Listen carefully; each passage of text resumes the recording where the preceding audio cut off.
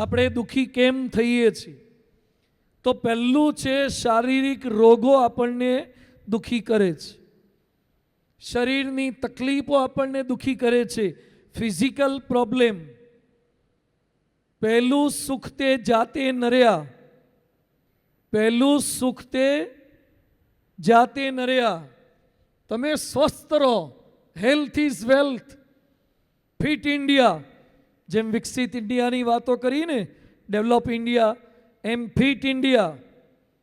શરીર મજબૂત હોવું જોઈએ, શરીરથી મજબૂત થાવ.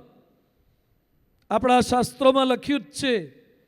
ઘણા શું કે હિન્દુ સંસ્કૃતિમાં શરીરને નાશવંત માને છે એટલે દરકાર રાખવાની વાતો નથી. એવું નથી. આપણા ત્યાં જીવવાની વાતો છે. શતમ જીવેમાં શરદ, 100 વર્ષ જીવો. પણ કઈ રીતે? કુર્વન નેવેહ કર્માણી જીજી વશેત શતમ સમાહ, ઉપનિષદ કહે છે. 100 વર્ષ સુધી કર્મ કરતા કરતા જીવો. પ્રમુખ સ્વામી મહારાજ 95 વર્ષ સુધી કર્મ કરતા કરતા જીવ્યા છે, અને મહંત સ્વામી મહારાજ 92 વર્ષે પણ કર્મઠતા સાથે જીવી રહ્યા છે. કર્મઠતા સાથે જીવો, સ્વાવલંબન સાથે જીવો. આપણા કોઈ શાસ્ત્રોએ વહેલા મરી જવાની વાત નથી કરી, મરવાનો વિચાર રાખવાની વાત કરી છે, સમજણ રાખવાની વાત કરી છે, અનુસંધાન રાખવાની વાત કરી છે. તો હેલ્થ ઇઝ વેલ્થ. હવે નથી કરવું. પહેલાં જે કસરત કરતા, કામ જાતે કરતા, ખેતરમાં જતા, શરીર સારા હતા. હવે ખેતરમાં જવાનું બંધ કર્યું, સીમમાં જવાનું બંધ કર્યું, જીમમાં જવાનું ચાલુ કર્યું. ખેતરે જવાનું બંધ થાય એટલે ભાઈ જીમમાં જવાનું.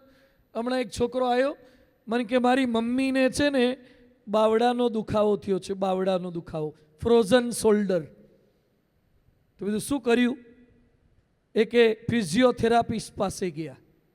એ ફિઝિયોથેરાપિસ્ટે શું કર્યું? એણે કીધું છે કે હાથ આમ કરવાનો, બીજો હાથ આમ કરવાનો, આમ કરવાનું, આમ કરવાનું. દિવસમાં આવું 50 વખત કરવાનું. ધીમે ધીમે સારું થઈ જશે. બીજું એમને મફત કરી દીધું કે પૈસા લીધા? મને કે નાના 1500 રૂપિયા કન્સલ્ટિંગ ચાર્જ. આમ શીખવાડ્યું ને એના. બધું પહેલાં અમારે ગામડામાં પેલા છાસ વલોણા આવતા ને, છાસના વલોણા, એમાં આમાં મજા આવતું હતું.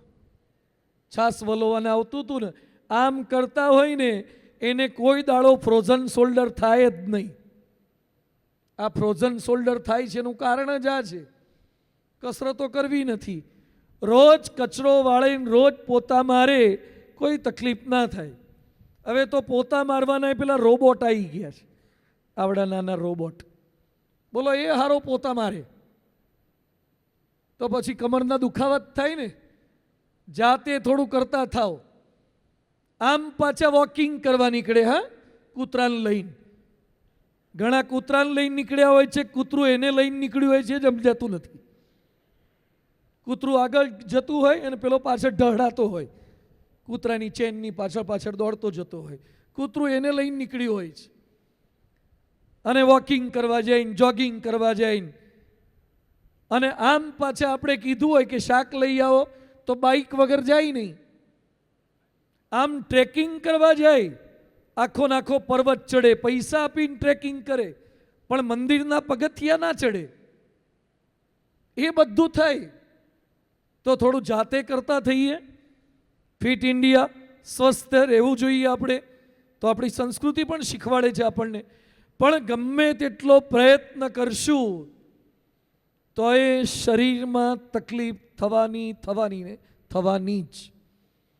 એક છોકરો મંદિરે આવ્યો, કોલેજ કરે છે તોય મંદિરે આવ્યો, કોલેજ ચાલુ હતી તોય મંદિરે દેખાયો.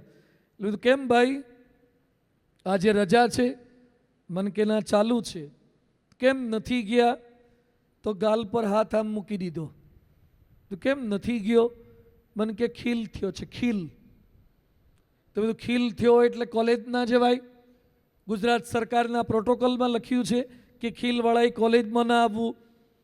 મન કે કોલેજ ના નથી પડતી, પણ પછી છોકરીઓ જોવે તો કેવું લાગે?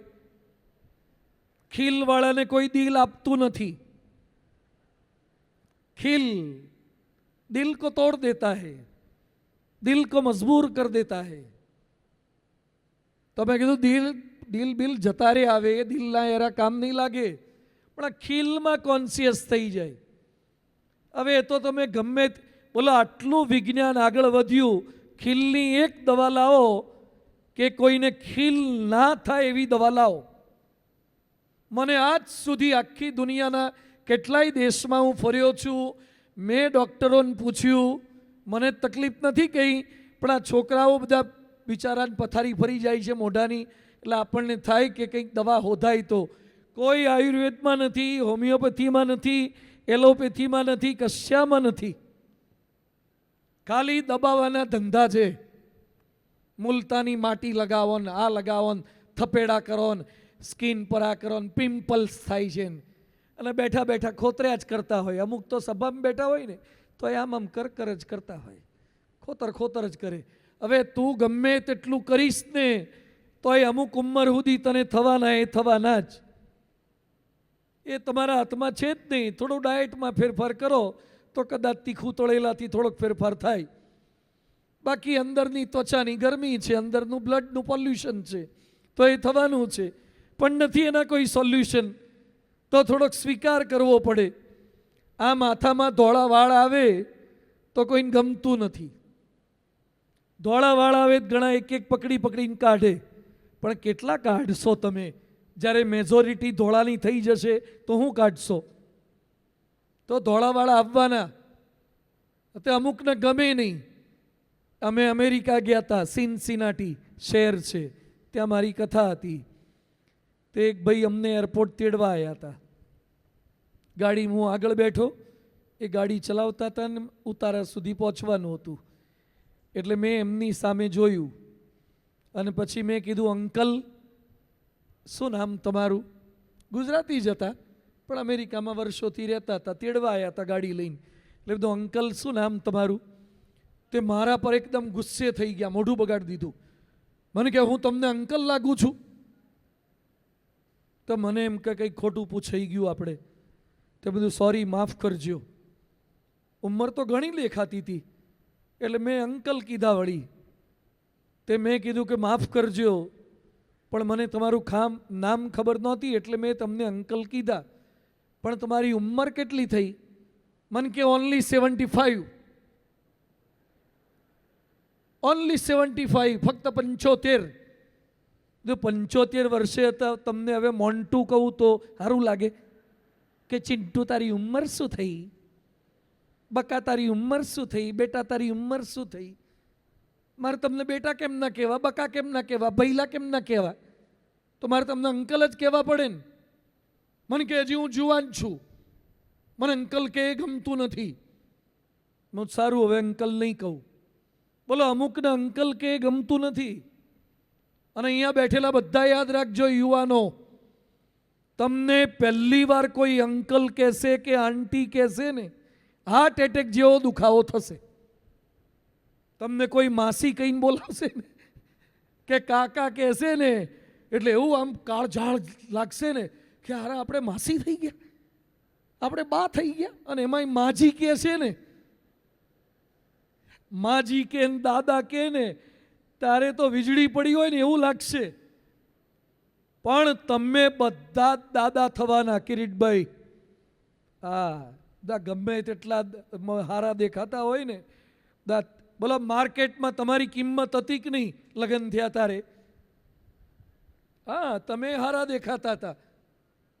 હવે બધું જતું રહ્યું બધું. હવે આ તમે જેટલા અત્યારે યુવાન દેખાવો છો ને, આપણું એ ઘડપણ આવવાનું, બધું જતું રહેવાનું. અત્યારે ક્રીમો લગાવો, ક્રીમ, ફેર એન્ડ લવલી લગાવો, ફેર એન્ડ લવલી. ત્વચા પર નિખાર લાવો, ગાલ સુવાળા બનાવો. આમ ગહ જ કરતા હોય છે. અમુકના બાથરૂમમાં જઈએ ને, નાયા પહેલાં લગાવવાનું, નાતા લગાવવાનું, નાયા પછી લગાવવાનું. આપણે તો પેલા ડટ્ટા છાપ લાઈફ બોય આવતા હતા. હા હા, વાઘે હારા અને ઠીકડા આવતા હતા, ઠીકડા.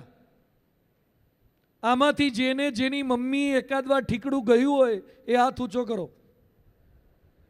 ઓહો, ઘણા બધા ઠીકડાવાળા છે. ઓલા ઠીકડા ગહતા, મને ઘણો ગહેલો છે. આ ઠીકડા ગહે અને રજાના દાડે આપણને પથરા પર ઊભો રાખે અને પછી બે પગ વચ્ચે નાખીને એવા ઠીકડા ગહે ને, પેલા નળિયાના ને બળિયાના જૂના તૂટેલા હોય ને, અને આપણે કહીએ મારી માં રહેવા દે, નથી ગહવો. ના ના, કે તને ઉજળો કરવો જ છે. તે પેલા પાણીમાં ફોગઈ નાખે, મેલ કાઢવા માટે ઠીકડા એવા ગહે, લાલ ગુમ કરી નાખે, પછી વેસેલીન ઘસીશ પણ તને ઉજળો તો કરવો જ છે. આવા ઠીકડા ગહતા અને હાડલા ગહે ને કપડાં ગહે, એ જ ગહવાનું. હવે તો કેટલું બધું આવી ગયું છે. તમે ગમે તેટલું ગહો, પેલું આવે છે ને પેડિક્યોર કે એડિક્યોર, શું આવે છે? હે, મિડિક્યોર જેવું કે છે. મેં તો કરાયું નથી આવું બધું, પણ હમણાં છોકરાએ મને કીધું, મને કે મિડિક્યોર થાય. તો એમાં શું થાય? એ કે પગની પાની સારી થાય. જો પાની સારી થાય તો લોકો પગે લાગે? તમારા પગ હુંવાળા હોય એટલે કોઈ પગે ના લાગે. તમારું જીવન સારું હોય એટલે લોકો પગે લાગે. વાઢિયા પડતો અટકાવો. હમણાં એક રિક્ષા પાછળ મેં જોયું આણંદમાં જ, ખરતા વાળ અટકાવો, ખરતા વાળ અટકાવો. તું આખી નાખી ખરી જવાની અને તુંય ખરી જવાના, બધા બૈરાઓએ ખરી જવાના અને ભાઈઓએ ખરી જવાના. હું ખરતા વાળ અટકાવવાના, બધું ખરવાનું જ છે એક દાડો. સૌથી વધારે જે વાળને હાચવીએ છીએ ને, તો અગ્નિ સંસ્કારમાં સૌથી વહેલું કોણ હળગશે બોલો? વાળ હાચવો.